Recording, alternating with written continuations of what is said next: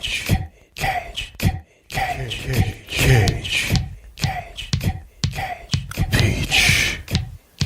I could eat a peach for hours. Please.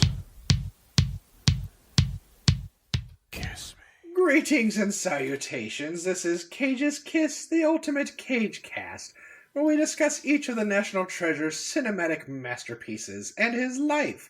We also try to glean whatever kernels of wisdom we can from his character that week. I am bartender Donnie, who's actually a sheriff, who's actually a former criminal, who's hiring an assassin. And I'm Lyle from Dallas, or Adrian. And I'm Linder, or the Cheeser. Cheese. Cheeser. Ooh. So, this week... Oh, God. Stop me. Okay. Stop me if you heard this before.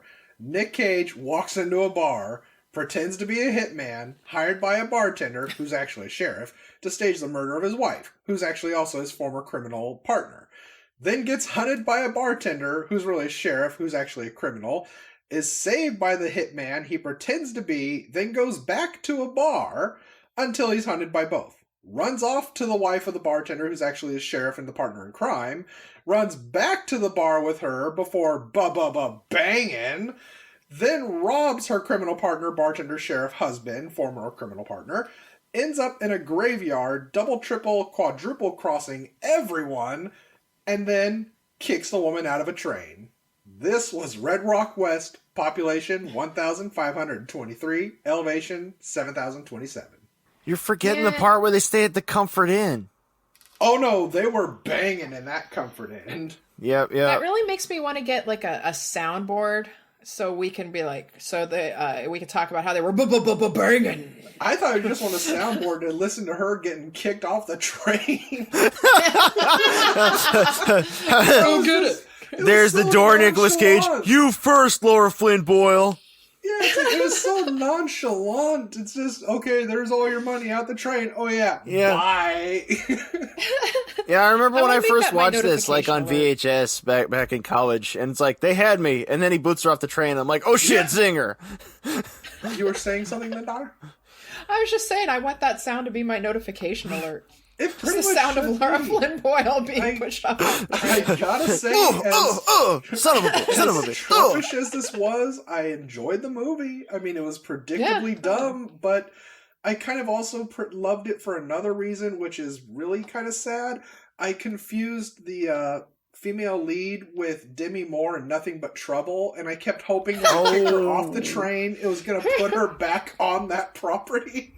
No! Well, I mean, like, these small-town noir crime things are likened to Texas Chainsaw Massacre. So that's true. It's not really too far afield. Yeah. So I got a shitload of things about this movie. About 1993's Red Rock West. Can I just say quickly that if this were Nothing But Trouble, at least we'd have, like, the Humpty Dance. That's true. And Tupac. Yeah, and multiple Dan Aykroyds, because the world really needs that. Oh, God, yes. It's true. You guys need so much therapy. He won't go. Now, speaking of huge sleeping shit, come on, Adrian, squeeze it out. Alrighty. So Columbia TriStar basically tried to kill this movie.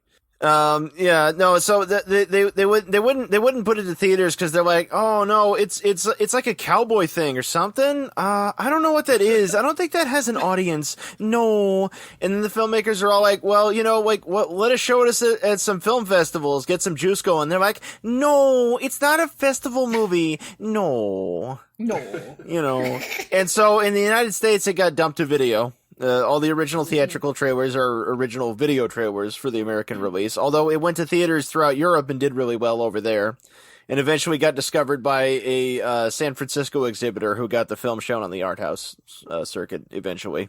So this is a John Dahl movie right here. This is the guy who did Kill Me Again and Rounders and The Last Seduction and that Ray Liotta thing, Unforgettable, which...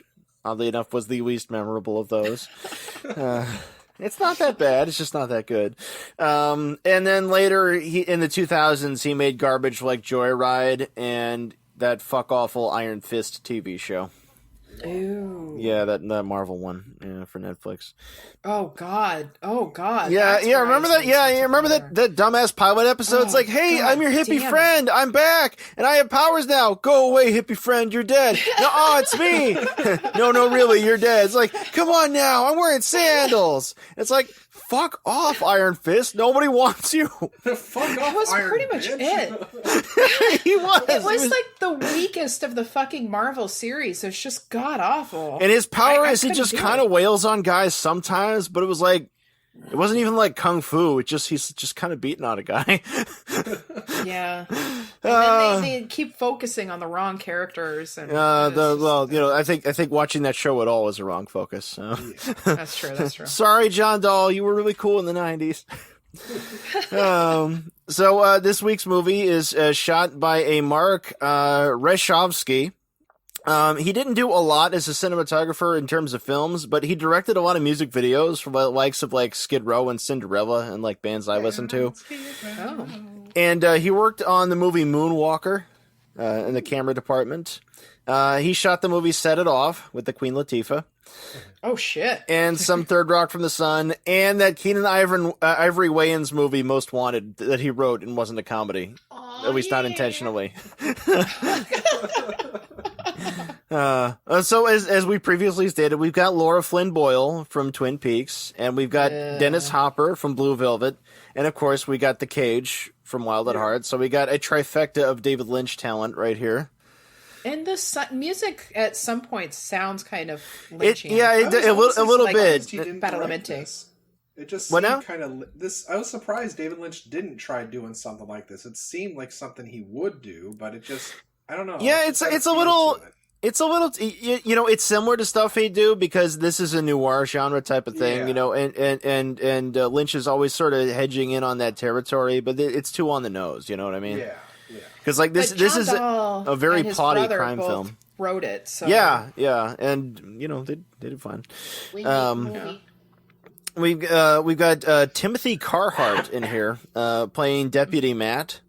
And you may remember him from when he said "suck my cock" and got blown away by Thelma and Louise. hell yeah. Remember that? He was also in Mad Men. And he was he played Roy in Pink Cadillac with the Eastwood there. He was in Candyman 2, Farewell to the Flesh. Yeah, and he also appeared on X-Files and the original CSI. And it's strange because on IMDb he is like oddly low on the list in the cast. Yeah, even though he's like fourth build in the movie, and like he has that many lines and scenes and stuff. He's totally there. And somebody who's not in this movie very much, but is also on the soundtrack, we got Dwight Yoakam as the truck driving man with the uncontrolled response to bullshit. Does that tickle? You're lying to me. Get off my truck. You ain't seen my old lady.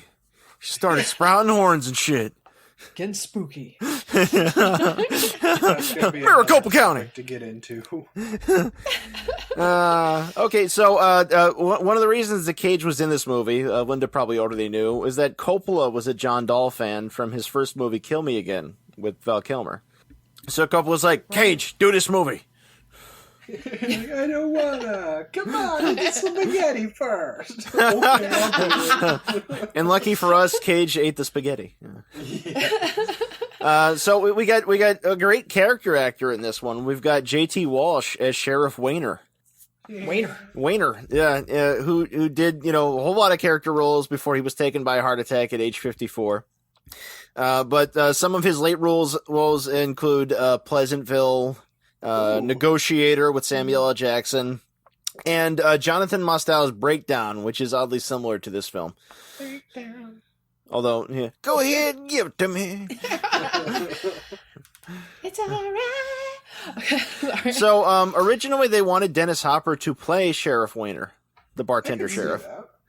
And that would have been fine, but Dennis Hopper really, really wanted to be Lyle. I can understand that because it's like come on, he's like this hitman, and he feels inadequate, and he's trying to get people to drink with him and stuff. It's like he saw it as the meatier part, and it totally makes sense. John Dahl was reluctant to let him have the role because he thought it would be too similar to Hopper's part in Blue Velvet. Right. Really? But that shit really just, it really just fits.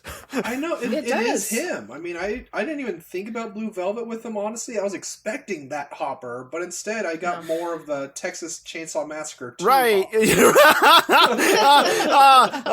The Saw is family. Oh man, yeah, no, holy shit, yeah, no, and oddly I didn't think about that one, but that makes total sense, yeah. But no, God, wild and crazy Dennis Hopper stomping his foot down on Cage's foot on the gas pedal, trying to race a fucking train in a scene worthy of Hal Needham. Oh man, that's happening. Okay, but there's another really fucking weird casting thing about this movie. One of the other people offered the role of Michael, Nicolas Cage's part. Chris Christopherson. No shit. Yes. Yeah. In fact, Dennis Hopper was really wanted Chris Christopherson to take the role of Michael.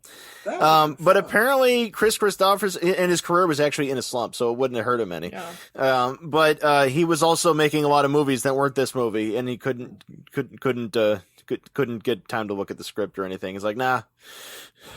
Right. I don't do movies about rocks. But I was kind of thinking like if they had cast Chris Christopherson though, 1993 Chris Christopherson, this would have been like an old person's action movie. I know. Yeah. Like you could have kept Dennis Hopper, but like for Sheriff Wayne, you would have had to cast Kenny Rogers or somebody. I feel like it would during no this disrespect, time it was still kind of like. I mean, I guess that's more of like a 70s movie thing, having like an older action star, but... Well, it's not like it's not a thing, yeah. And I mean, like, Chris Christopherson, he was in fucking Sam Peckinpah movies. I mean, like, he's got nothing to, be ashamed of. And he was in Dennis Hopper's The Last Movie, Yeah. And he's in my heart. And he's in all of our hearts, yeah. Although he was also in that unfortunate sci-fi movie Millennium, where he has the weird beard and haircut, and he kind of looks like he's going to eat the lady's head. We don't like to talk about that.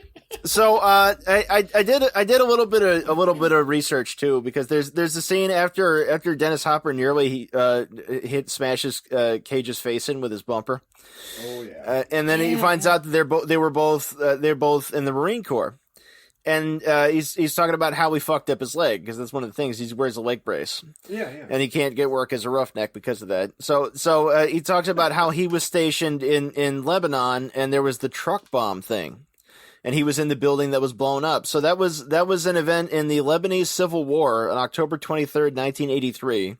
This is one of the many little like Reagan type wars that sort of get swept under the rug. Be like, no, those never happened. Even though they totally happened, and like military policy would be better informed if we remembered they happened. So Cage would have been about the right age to have been like the Marine that he's supposed to be there. He would have been one of the 115 survivors of that thing. Makes sense. Yeah. Apparently they blew the fuck out of that building. Yeah. Well, and apparently the director, John Dahl, really, really wanted him for the part, because he said, quote, "He's a one-of-a-kind actor. One reason people cherish..." Cherish is the word. I was going to go with Madonna, but okay. One reason people cherish him is that he plays very dark characters, but never loses sight of the person's humanity. Look at Raising Arizona. He's absolutely charming, but he's stealing babies, and he's a hold-up man. It takes a special sort of actor to pull off the work that he's done, or that he does. Yeah. And I have to agree. Like, I mean, it takes a certain, like, actor for this character to really pull it off, but then I don't know. I think part of that's also writing. Yeah, no, we got a script here for once, unlike a few of the previous movies. And this is also one of the only places where we've got Cage basically, reined in enough for the most part, and it's also one of the only things where he actually has any sort of a competition.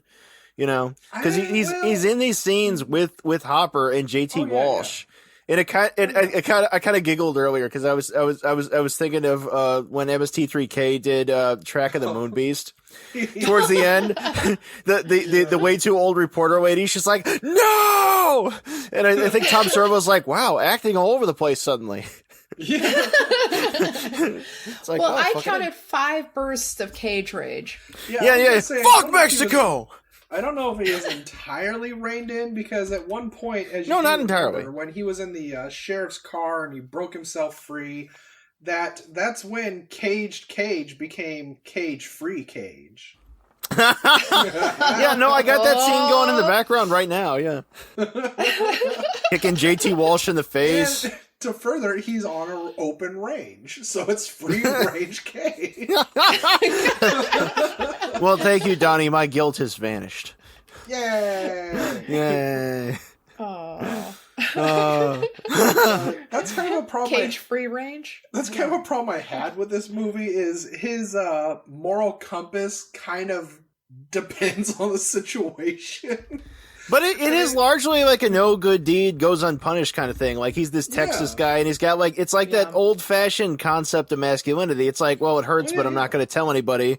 I got my last $5, but I'm not going to take any from my friend. You know, it's like, I'm going to try to work, and oh no, man. And unfortunately, that means I might also have to fucking steal. Yeah, well, that's what kind of Which is sort of like a carryover from British society, too. It's like a gentleman might have to steal, but he won't beg, you know? Yeah, well, that's what kind of got me. It's like he's open and honest at that job interview. He went all that fuck way out there to get, and he ends up not getting the job because he was like, hey, they're going to find out about my leg anyway. Like, well, why didn't you lie about it? It's like, you could have at least had the job. It's like, yeah, fuck that. But then he goes, and it's like, he even sees open money at the store. It's like, I'm not going to take it. I could, but I'm not going to do it. So then he gets told about a job he could have at Red Rock Bar, goes there, and the guy assumes he's there for another job. He's like, fuck it, why not? Let's start art role-playing here. And then he suddenly finds out, oh shit, I have to rob and kill someone. It's like, he did have $5,000 right in front of him. Yeah. It's a little different when there's $5,000 right in front of you. But even then, it's I like... was thinking, dude, just take the money and fucking leave. Yeah, it's like, that's doing what I told Lucille. Well, yeah, no, but that's where the moral compass comes in again, though, because he felt compelled to alert the woman. Well, that's still what made me laugh throughout the whole thing, is that he could have gone to the cops then. He didn't. He decided to go through it, then tell a woman, hey, this is what's going on, and then he was going to go off on his merry way, not look back at all. Things go shitty. He's honest with the cop. Cop tries to kill him. Then he lies to Dennis Hopper to get a ride into town. Totally fine. But then he finds, oh no, Dennis Hopper's going to go after me. He is Lyle from Dallas. And I then was he supposed goes to be. and goes back to the guy's wife and says, hey, you're going to be killed likely. Well, so that's you where guys should probably the team up. And that's where the noir thing comes in, though. It's like he is a sucker for a pretty face. He saw her picture. That's part of which is the real reason why he started going out with the binoculars I watched thing. you You know? riding a horse and wished I was the saddle. Yeah, it's like I saw you walking up to that guy in the wife beater who kind of looked like the Sways from far away. Yeah. I'm going to hit with my car later. It cracks me up. The theme that keeps repeating itself is, let's all keep going back to the bar where things get worse and worse and worse. And even I mean, the real worse and worse thing though is him going back to Lara Flynn Boyle. Yes, and he figures it all out in the end. Yeah, he's like, hey, I'm gonna go to the cops and tell them everything that's going on. It's like, fuck no. It's like, how are you gonna explain pretending to be an assassin who is gonna murder me? It's like, you could have done it, but he's like, oh, what do you want to do? Well, for the folks at home, after he's gone to Lara Flynn Boyle and explained that he was paid to kill her, and then she then pays him to kill JT Walsh, her husband. Yeah. He's heading out of town. He's like, I got a fuckload of money. You know what? Fuck these people trying to kill each other. Fuck this town. Yeah. And then it's raining. He isn't looking at the road at the right moment. He hits a guy, and it's the ranch hand who we saw with Lara Flynn Boyle earlier. And he hauls him and he's not dead, but he hauls him back to town to the hospital because, again, the moral compunction thing. Anyway, we found out at the end of the movie that it was Lara Flynn Boyle that killed him.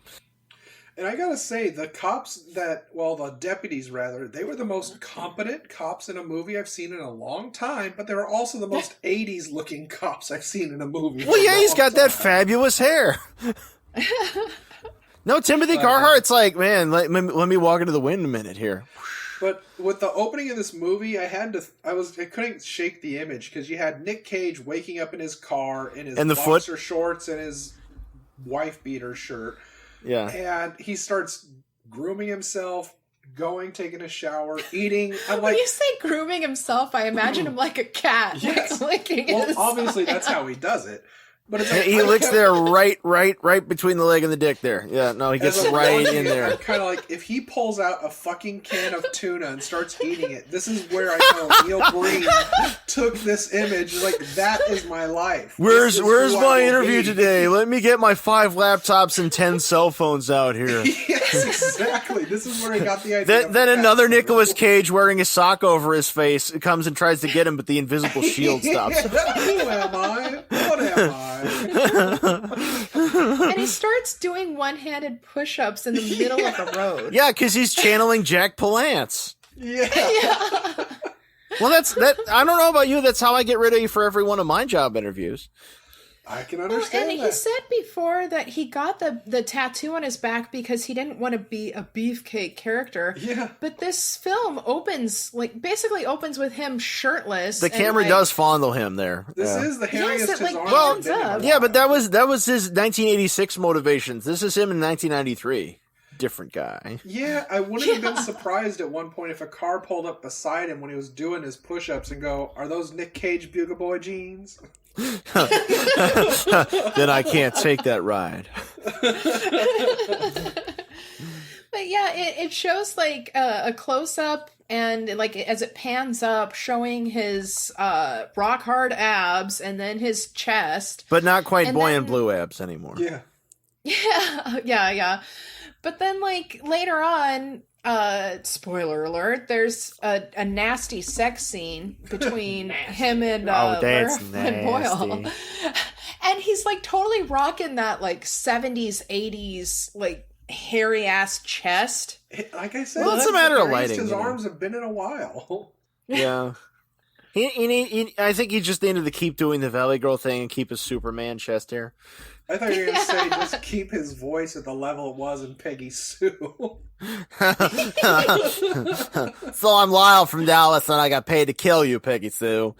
It would have made the cop interviewing mumbling section just really great. Like, I was just going to move my car.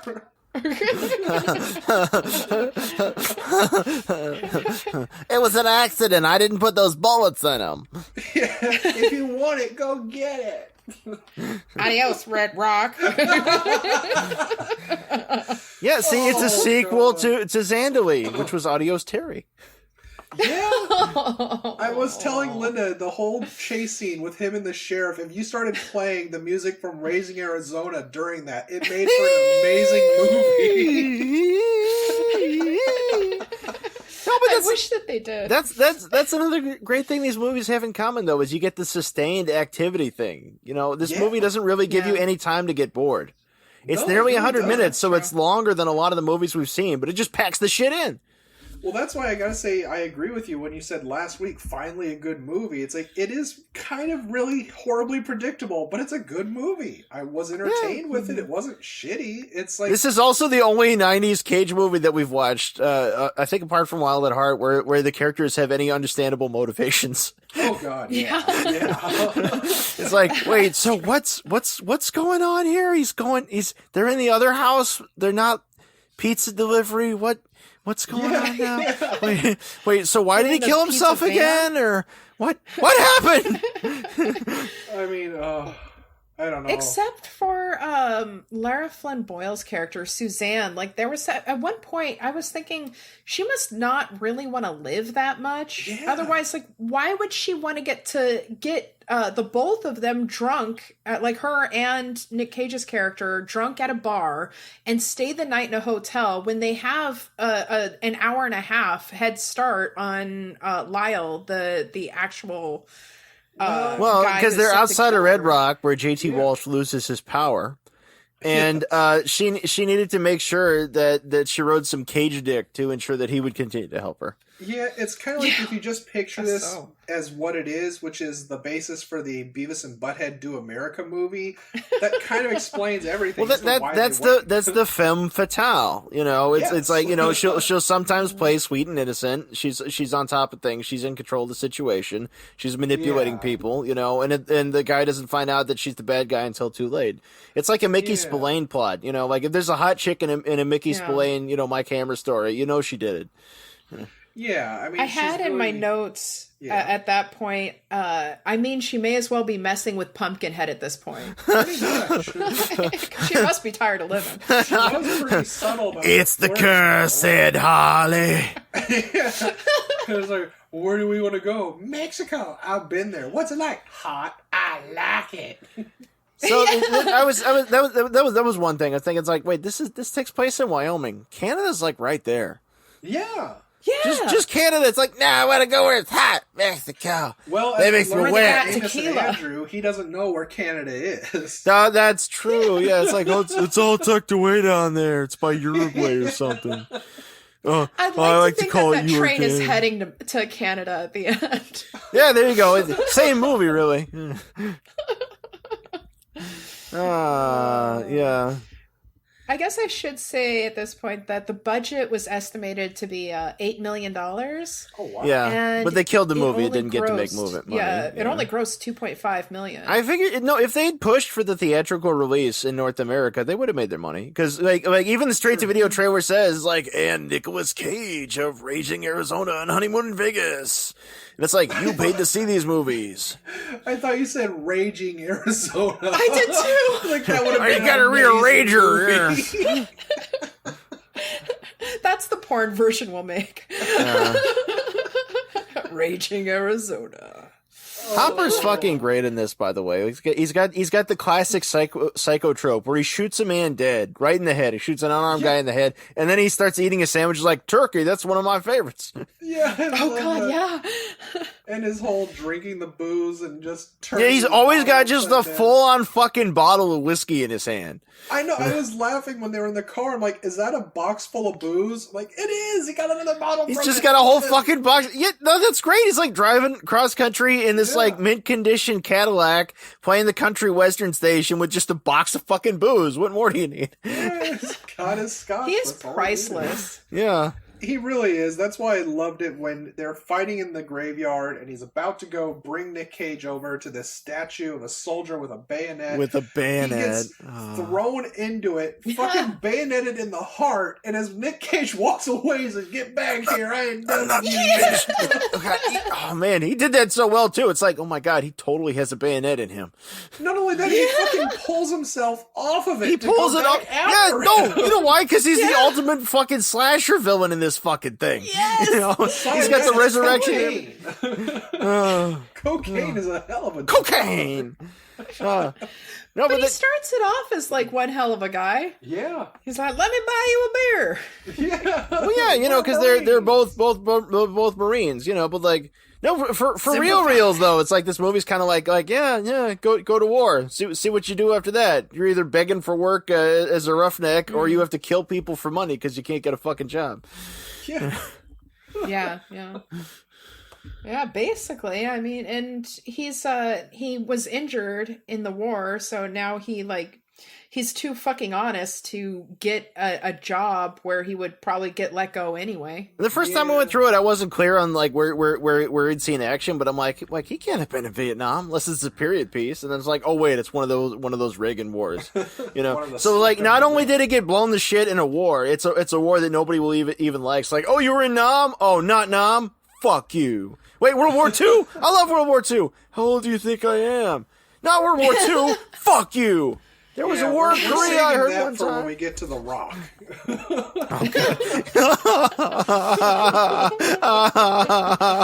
It's coming and we can't stop it. No,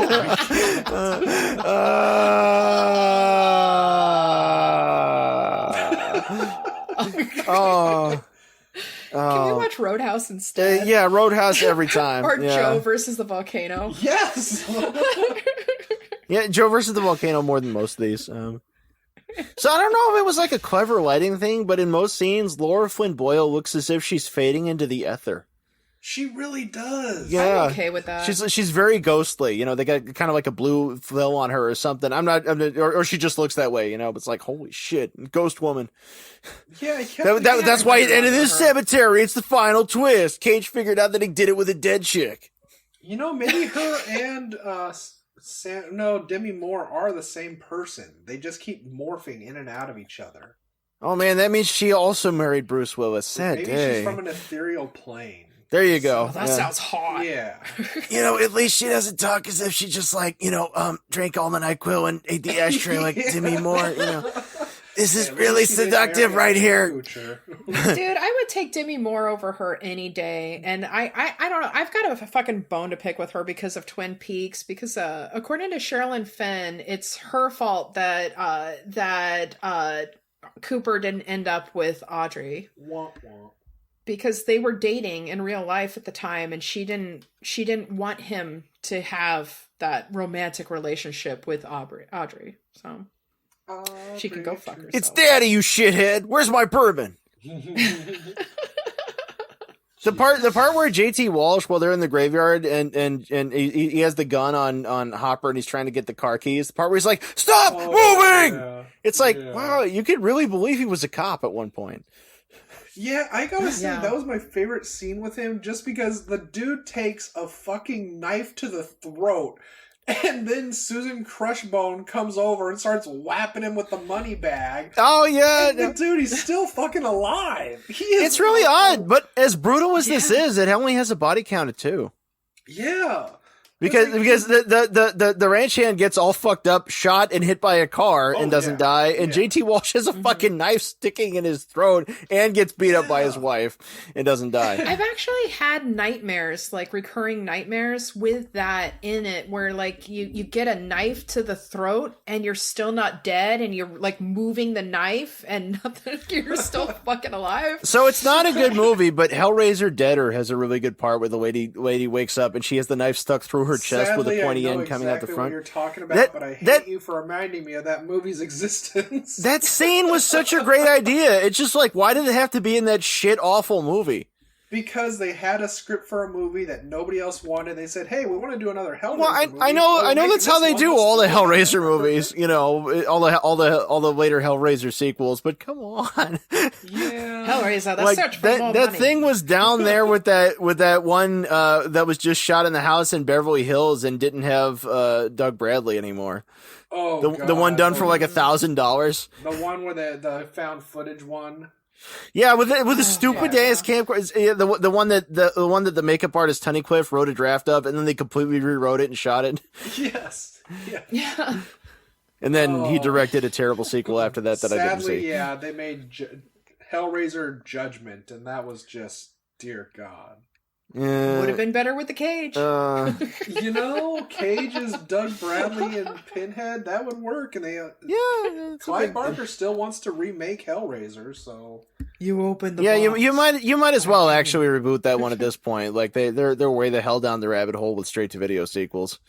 Yeah. I mean, at this point, it's kind of like Disney making live action of all their. Oh god dang those fucking horrors! It's like we're gonna take everything we ever did and do it again. Yeah, well, instead of releasing them, just make somebody at some point just needs to tell them no. It's like eventually you just don't have the rights anymore. Like it should just end. Yeah, because otherwise you get like a fucking Terminator Dark Fate movie. We don't want. I'm waiting for the reboot of Song of the South. Yeah, bring that one back. Oh yeah, no, and have a big budget CGI remake of all those scenes they cut out of Fantasia where they had the black servant centaur. Yeah, where's that, Disney? I thought you were so proud of your whole heritage there. I would support that only if we got a remake of Honey, I Shrunk the Kids using the Stuart Gordon version. And the speaking of this, the centaur scene, the black centaur scene. Was there a centaur in this movie? Yeah, why not? Our friends over you at weren't looking, but it was there. Talked about that. And talked about that When scene. did this turn into Naked Lunch? Nicolas Cage came to Red Rock West for boys. He was just saying he wanted a job. So talking about the movie, I love that Lyle keeps calling Wayne Wayner. I know, that was great. Wayner. What are you saying, Wayner? I fucking love So that. how'd you manage to get to be sheriff? How'd you swing that? I got elected. Yeah? How'd you rig that though? It's like, he bought everybody in town a drink. I should do that. That's a good idea. Everything What he do you said think? is gold. You hear that? Did that tickle? Because it sure won't. If I pull the trigger. And I can't help but wonder if like that was actually in the script or if Dennis Hopper just kept doing it on his own. Whatever it was, I'm sure he brought it to life, you know. Yeah. I mean, What, you think you're better than me, huh? I can tell you think you're better than me. Yeah, well, I'm taller. What was that? I mean, I am better than you. So, do you guys feel ready for Face Off? Well, first off, I'd like to say that we wouldn't have great movies like this without Comfort Inn. That's true. I mean, Comfort Inn, it's a great fucking idea. They have ice machines and sex. What more do you need? Not Nic Cage sex. You know what? You're afraid you're gonna get a rug burn from his chest hair. Yes, exactly.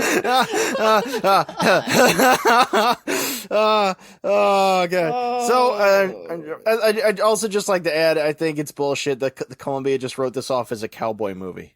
Yeah. I think they just saw the hats and it's like, it's set in Wyoming. They just wear those. They don't know any better. Although there's one scene with Dennis Hopper and JT, what's his name? Jonathan Taylor Thomas. Yeah, Jonathan Taylor Walsh. There's a scene with the both of them, and they have their cowboy hats on, and it just kind of looks ridiculous. I mean, more like specifically Dennis Hopper, because he's so short and he's got this giant like hat on that I don't know. It's just kind of ridiculous. But then that's right before the ridiculous scene where Nic Cage is he's trying to get from the roof to the top of Dwight Yoakam's truck. Yeah, and he gets the wood and he shuffles across, and then you get the shot of JT Walsh hooking for him, and Cage is doing it out of focus in the background. Yeah, he's behind him, like just like walking across the wooden beam to the truck. Well, that's the other thing, though. It's like this thing actually has a sense of humor, and it isn't a comedy. Yes, yeah, I did enjoy that, but Face Off. So Chris Christopherson as Lara Flynn Boyle, George Kennedy as Michael. Let's see, Lloyd Bridges as Lyle from Dallas.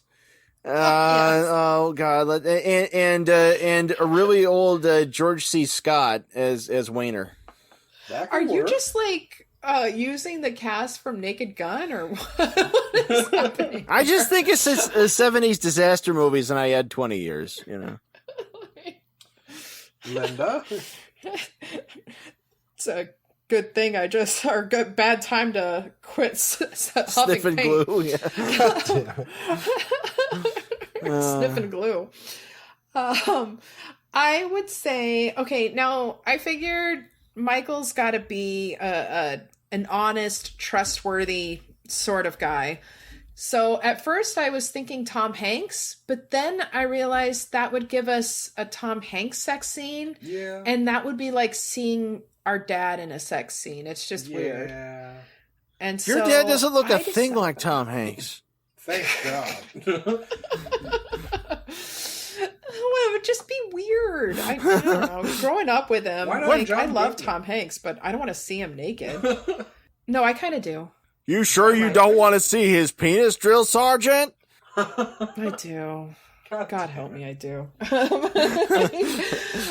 And Dennis Hopper is Lieutenant Dan. Did you know if is the middle word in life? Think about it. Zap him with your siren, man. I'm curious about the human body. I want to see Tom Hanks naked. Tom Hanks forgets himself with his people. He forgets himself. Instead, I said John Ritter as Michael. You know, that would that's fine. Yeah. I've got Moira Kelly replacing Lara Flynn Boyle again because she did such a great job replacing her with Fire Walk with Me. and Michael McKean as Lyle, simply because I'd really love to see that fucking movie. Yeah. I think we need to Walsh out the cast some more with M. Emmett Walsh and Joe Walsh and John Walsh. And we would rename it Red Rock Walsh. God damn.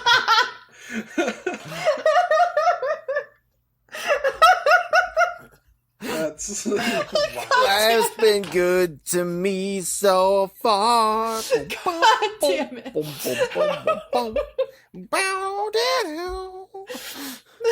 That was so fucking stupid, and it's got me crying. I did that thing.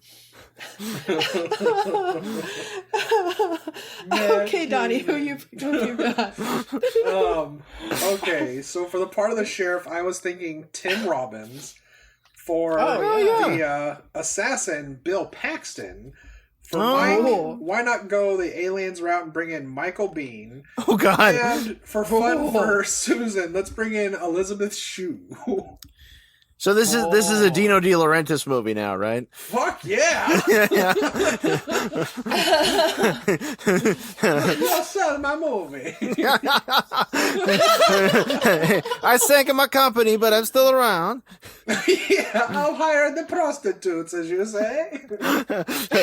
Then maybe later we wheel out King Kong again, yes? Oh, God.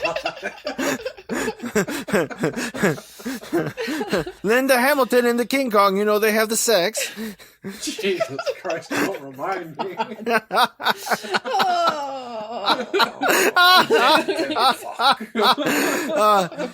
I hated that movie, but I love the fact that in the big hit, the running joke is that Marky Mark's character loves King Kong Lives. It's a great movie. There's so much more emotional depth, you guys. What about the bees? Yeah. Bees. Doesn't anybody care about the bees? The bees, you guys. Oh, horrible. Yeah. So, were you guys able to find any cagey wisdom? Well, there's a couple of them. Lie about your leg. Look at the road, dumbass.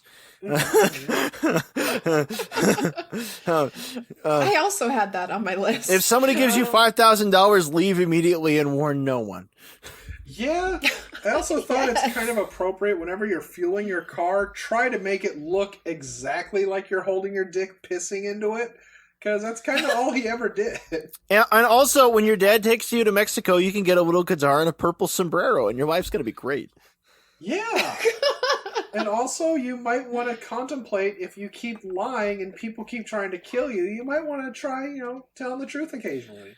He was gonna tell the truth to that sheriff, and then she showed her boobily things to him, and he was like, well, all right. Boobily things. All right. I have 3 pieces of wisdom She touched from my dangus.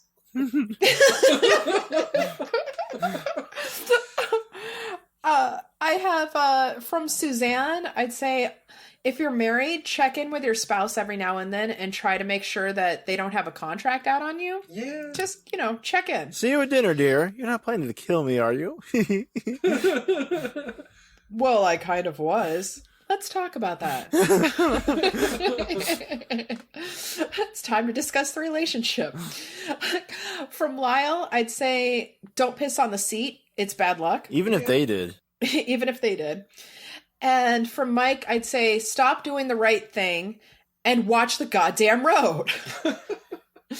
When I first saw this, I was like 20 or 21. I was like a little bit of a son of a bitch. I'm like, why is he going back? Take your money and run, asshole. and Ty's like, no, unlike you, that character has a moral compass. I'm like, oh, god damn it.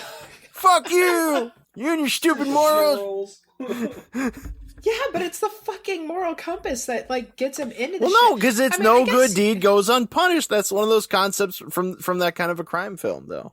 Yeah. But then I guess you could also say that his first lie is what got him into the trouble. He's like, I'm sorry, Lord, I should never have lied. Yeah. And then Zeno's like, I don't care. Like, there are only two options in this world: working on a freaking drilling crew or killing people for money. That's it. You do one or you do the other. See, when he went to so what he should have done, and listeners, if you ever encounter this situation where somebody thinks that you're a hitman, take the money and whatever they give you up front, go to your mark and tell them, like, oh, hey, so-and-so hired me to kill you. And then you'll double your money. And then when you get the money out of them, donate it to our Patreon. Yeah. But, like, noir, like horror, revolves around people making foolish choices. So, True. Speaking of, but making an amazing choice, another face-off. Keep the entire cast the exact same, except replace Nic Cage with Woody Allen and make it a Woody Allen comedy. Oh yeah, him crawling across the roof and his glasses keep falling off, and he spazzes out in the bathroom and hurts his hand on the light bulb. Wouldn't they be even greater? It's like, wait a second. We just fled Red Rock and your murderous husband, who's also the sheriff, and you want us to go back and take his money? It's my money. Hold on. Roughneck. I want to rock as a roughneck. I'm not really Lyle from Dallas. I apologize. I'm fielding Mellish. I'm gonna have to call my therapist right now. If it were him, when she said, at one point she says, well, if you left all the money in your car, how do you expect to pay for gas? He said, well, I have $80 left. Then Woody Allen would have said, well, I've got $15 left. Man, $80 in 1993? You could live like a king back then. That was still something that bothered me. Why did she have to see his wallet? Oh yeah. Like, so she could learn his name. For your name. wallet, you fucking say no. Yeah. Well, look, it's George Jetson's wife there, Jane. She's like, you keep the wallet. I'm taking this fucking money. Well, that's what made me laugh. It's like, this should have been a warning flag that she asked for your wallet, but then you also had another warning where it's like, okay, I'm gonna break into my husband's safe under his desk. What's taking so long? I don't know. You do it. It's like, no, fingerprints. Yeah, no. I was thinking, how fucking stupid are you? Well, he's that stupid. He's a guy in a noir. Come on. You guys saw The Killing, right? Not so stupid he doesn't stand by a train door to get his ass kicked out of it. Well, yeah, no, but it took a series of beatings for him to wise up, as it does for most of us. Yeah, I mean, he had two strikes against him. He was an honest man and he was from Texas. It takes a little longer. Yeah. Yeah, you jump on the train. I'm just gonna walk. It's not too cold. I honestly expected when they were doing the whole, you put your gun down and I'll open this, to have them do a standoff where it's like, well, now it's no fair. You got a gun, but I don't have a gun. Okay, well, what do we do? You give me your gun, then we'll do this again. Okay, but now I have no gun. Ha-ha! Did you guys ever see Out of the Past with Robert Mitchum? No. Or High Sierra with Humphrey Bogart? High Sierra, yes. Yeah, High Sierra's a good one. Yeah. Ida Lupino. Oh. You the Lupino. She was a director. She was good. Yes. She did The Bigamist. Come on, Ida Lupino. I suppose this is the time where we say, please, please, please listen, follow, rate, and review Cage's Kiss on Apple Podcasts, Stitcher, Spotify, Podcoin, and YouTube. If you don't have a Podcoin account, be sure to use the code Cage's Kiss to get extra points for you and for us. And I'd really like to thank M from Verbal Diorama, Laurel from Midnight Myth, Collapsia Kid, Ghost Lyric, Katie and Oti from For Your Reference, and I hope I'm pronouncing this right, Kaylin Glass from Black Case Diaries for putting in an amazing review for us. I really, really appreciate it. What'd they say? What'd they say? A lot of awesome things. Was I mentioned? Are we famous? I don't think we have time for me to read them all. But they say, one of them says, even if you're not a fan of Cage, you'll become a fan of these guys. Aww. Were they the same ones that also so said, much. please, please, please stop contacting me or I'm going to contact the police? Or was that something else unrelated? No, that's Mom and Dad. Oh. Mom and Okay. Dad. No. So, do you guys have any plugs? Well, Adrian? Yes, Adrian. Oh, me? Well, I still got that YouTube Fuck that under shit. AA Smith where you could see me draw shit in various things, and you Yeah. could go to my DeviantArt, LeoTheFox.deviantart.com, and you could check out what those things look like after they got all drawn. I'm still doing that series of Edgar Rice Burroughs fan art where I turn all his female characters male and put maces on them. Way. Yeah. And you could see Adrian's latest piece of art that we, first of all, you could see it posted on our fridge. And second of all, you could go to Twitter or Facebook, find us at Cage's Kiss, and you can see it there. It's beautiful. Donnie, what you got? I got not syphilis. That's a change. Hey, not But- syphilis. Oh, I good for am you. working on an art book full of anal art where I do things like putting in. Well, you'll figure it out when Gapers? I go and put the movie out. No, but also I am the boy who blew on RedTube, and I don't know what'll happen if you put in the code Cage's Kiss there, but I assume it may have the same effect as what happens here, but I can't vouch for that. I'm also Unreal Goals on Twitter, and I'll be staring down your window as you sleep, leaving little love messages with my breath on your window. I am so sorry. I started talking about how your book should be called Gapers, and then that made me think of the Great Muppet Gaper. Well, I mean, don't talk about my fanfic without my say-so. Just a few more drafts, right? You gotta get Yeah, I gotta get Gonzo's part just right in that. He's very prominent in that. You gotta send it over to our friends at Suck My Fanfic. Here, they're helping write the Great Muppet Gaper. We The picked up Muppets our weirdo. of Manhattan. Well, you're one lucky son of a bitch, aren't you? What the fuck are you doing? That's Remember Kermit's line, you- actually. We're going gritty. Find Cage's Kiss Cram on it, Facebook frog. and on Twitter at Cage's Kiss, or you can visit our website at cageskiss.com. You can also write to us at cageskiss@gmail.com. We will see you next week with Deadfall. Oh God! This one. Adios, Red Rock. Fucking Deadfall.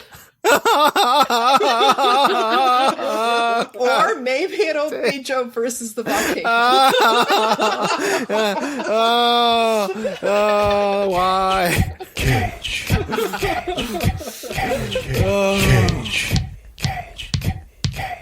Peach. I could eat a peach for hours. Please.